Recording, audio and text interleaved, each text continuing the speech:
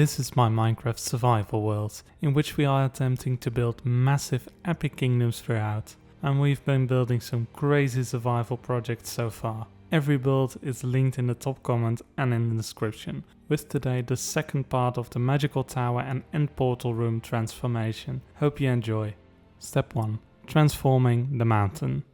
The first thing I will do to pop the surroundings is to fill in this gap in the mountain and add a ton of trees up top, to make it a lush, bushy forest behind the tower.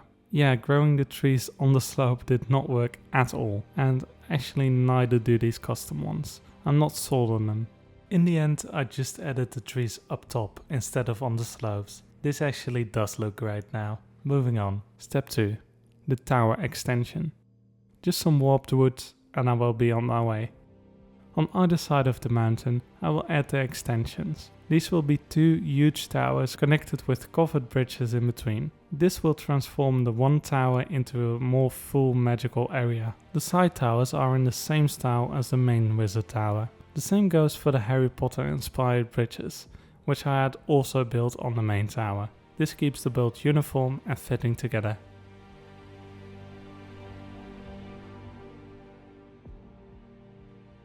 The wizard I spoke about in the previous transformation video has constructed this tower to control the power from the end dimension and target it into the sky. But to deal with all that energy build-up, he had to create a massive cavern underground the portal to hold in all the magic leaking from that other dimension.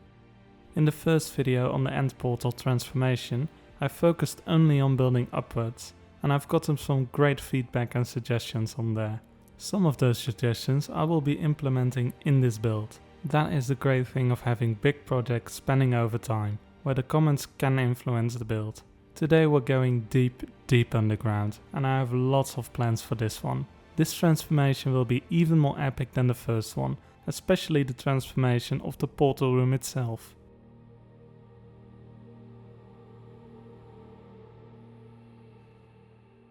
In the first part of this end portal transformation, I was suggested to build some floating fire beacons as well. This is an awesome idea, thank you so much for that. I will be adding these in now.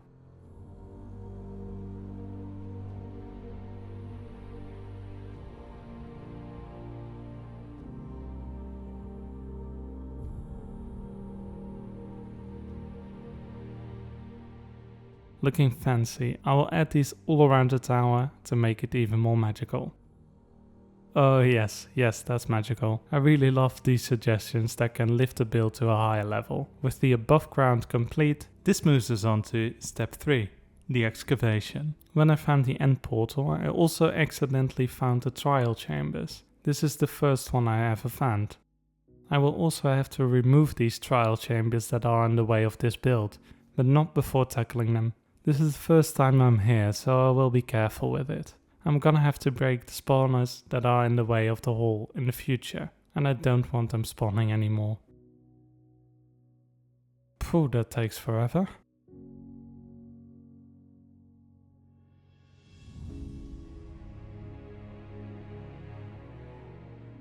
And apparently I will need Bad Omen for this.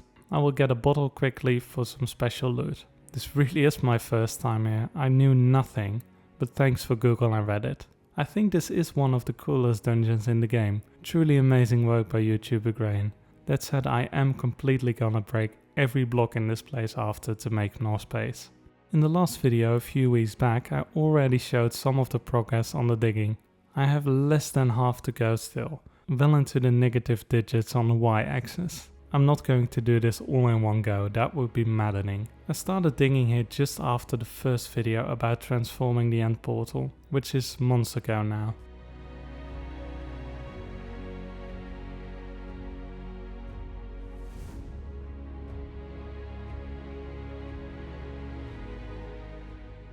These last parts always go very slowly with the deep slate. Digging stone with haste too is at least somewhat satisfying with the music on. This truly is a project of massive skill. In extension of that, I will make the hole not as wide as the upper part. I'm going for more of a hopper shaped perimeter. This saves countless hours of digging, and to be fair, it makes the shape far more interesting than just a straight block down. So this is the hole. Insane. I brewed some night vision potions to give a good look of the dig. I think you now get to see the hopper shape I mentioned. This helped out a ton time-wise, and it is still ample of space to construct an epic end portal transformation in. I still have to connect it upstairs, but I'm not sure yet on how, but we'll figure that out soon. I think it would be great to build a mob spawner underneath this place, as it is such a big perimeter hidden from sight. There was a little skeleton spawner hidden in all this mess. I didn't find it before, seeing as no caves were leading to it. Yeah, I'm just gonna break it, even though it feels wrong. On the very deepest end here, it goes towards bedrock. This is where the mob farm will go. I thought about removing the top layer of bedrock, but no way. For such a small increase in resources I don't really need that much of, it would be wasteful. I think the next course of action is to light up all surrounding caves and build a mob farm in the lowest section, and later from there detailing and beautifying can begin. When starting on planning the mob farm, I noticed it was very dark, as it is underground. Could have thought of that. So I broke the ceiling up top. In the magical tower video, I mentioned the black carpet would be replaced with a deep hole underground. That moment is now, and it looks a lot more connected. That said, the tower is now completely floating, so I will be adding some structural additions later to support the large tower. Step 4. Building the transformation.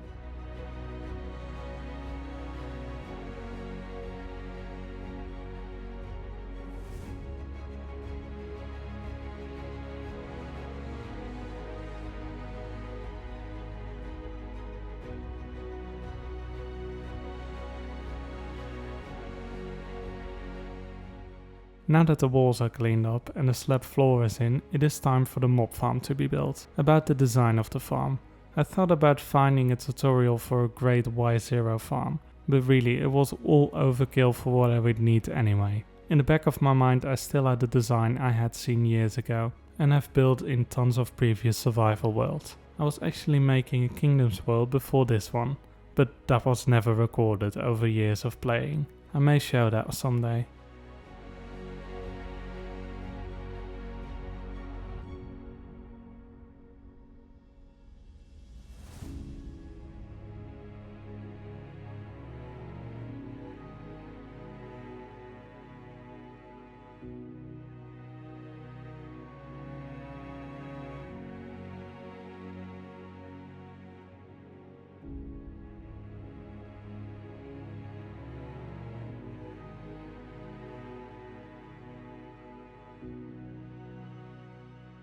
The farm is in with all the storage and flushing system, but for it to work properly, a roof needs to be put up on top, blocking all the light out.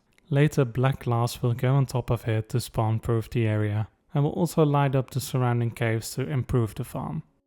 Additionally, I added a ladder down towards the mob farm. It is surely possible to make an item elevator going up into the main tower and collect the resources there, but for now the ladder suffices. Okay, that is that part done of the build. Let's see how well the farm works when I run it for a bit. Now it is time to finish the outer walls and floor of this gigantic room. The floor will have 3 layers of black glass to create a nice foggy effect. Next I will add all the black walls in, and then the room is finally prepared for the structure going inside. To start the floor with the foggy effect, the pillars going in will extend into the fog. So the first few layers of those pillars I will be putting in first. There's quite a lot of them, so let's get to it. For this fog effect I will be needing tons and tons of glass. Black stained glass to be exact. The other end portal in my world I already transformed into a sand/concrete farm, so the glass and concrete are covered with that. And for all the black dye I will build a squid farm that can supply me with all the necessary black dye.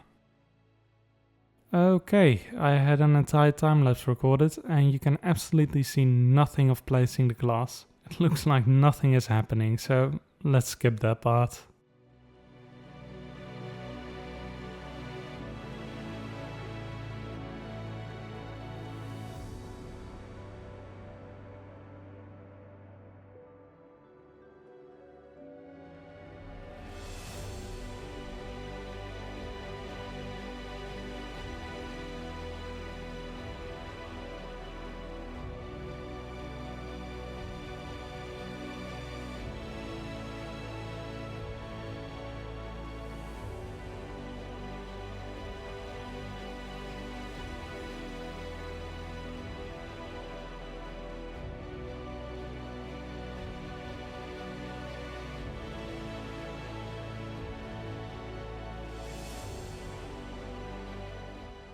And there is everything cleaned up and safe from mobs, looking a lot more visible with night vision.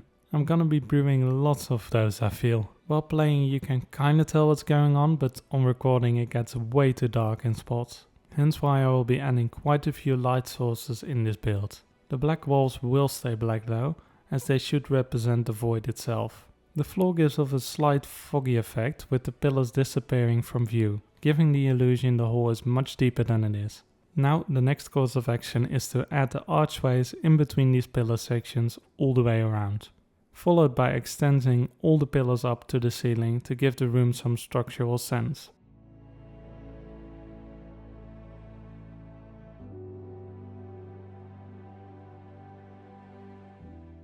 This is the first video I'm actually experimenting with no shaders from time to time, and more voiceover in place of music. It would be a great help to hear from you if you prefer this style or my previous ones after you watched it. It helps a lot with the creation of these videos, thanks in advance. There will still be shaders around, especially at the point that I found out that it's lighter to use shaders underground than not using them.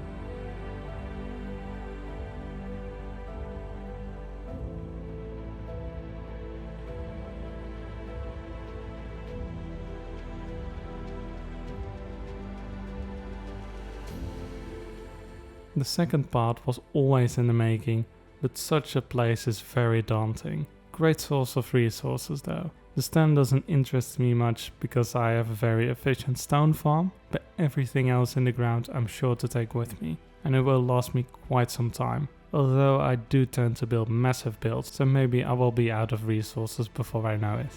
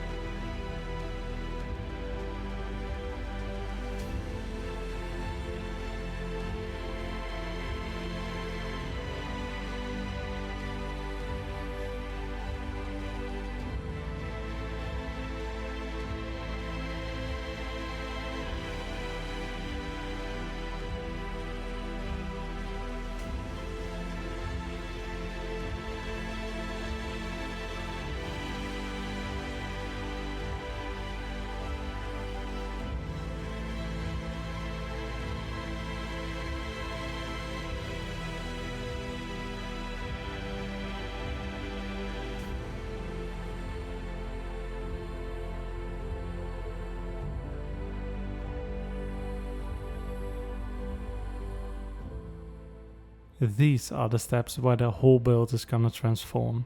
This makes a complete difference. This is the vibe I was looking for. Many of the pillars are connected by archways with some interesting diversity between them. Also, all pillars have been completely detailed. Not overdone, but in a way that I think is tasteful.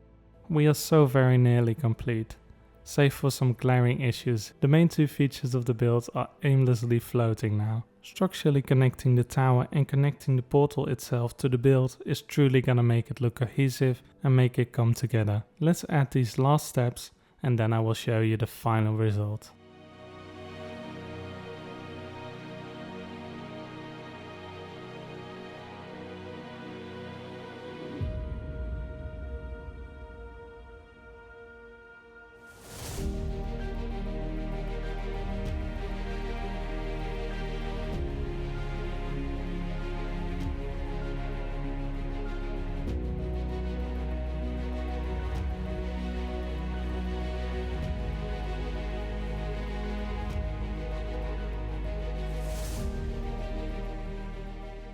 And that brings us to step 5, the complete building being done. And there it is, the final look of this build. I say final, but I have plans for more in the future videos to extend the magical area. With the 2 support towers, forests in the background and fire beacons around, the above ground look has greatly improved. The biggest transformation, however, happened underground. Here we transformed this mountain into a massive hall, we tackled the trial chambers, got a heavy core which is fantastic, and cleaned up this entire area. Deep below we've created a new mob farm, so my above ground old one can go. This cleans up that part of the world nicely as well. I've constructed massive pillars up to the ceiling, including archways holding up this entire room. I think the foggy glass effect and the hanging soul lanterns give off a nice and creepy vibe underneath. Finishing the build off with hanging the end portal on chains to the pillars. I think this end portal transformation was a great success. Thank you so much for watching. There's a few more cinematics at the end, but thank you for the support and have a nice day.